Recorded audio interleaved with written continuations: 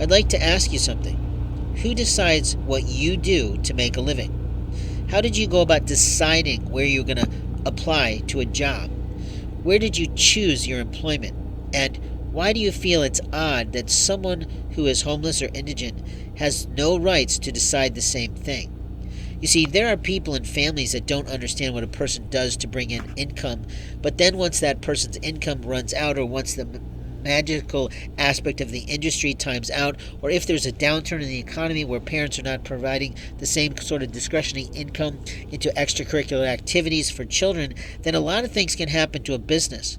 But how a person chooses to go forward is really their rights and their choices. They don't have to appease you with who they decide to work for. They don't have to please you with who they decide or what they decide to do to earn. But if you're trying to keep someone down, you're going to keep telling them to work for a $10 job, which you absolutely know can easily be found, but it will not provide a human being the ability to live in an apartment that is safe without predators all around. And it doesn't provide that person enough money to pay for their food.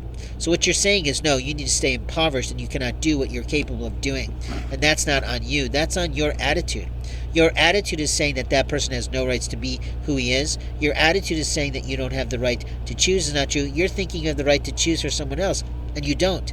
A human being with talents is going to take those talents, regardless what they are, and take them into any industry they can, by far, in order to produce the highest level paycheck they need to get their shit out of the problems that they might be in or that some other people are trying to place them in. Your lie was thinking you had the right to presume you know that sibling.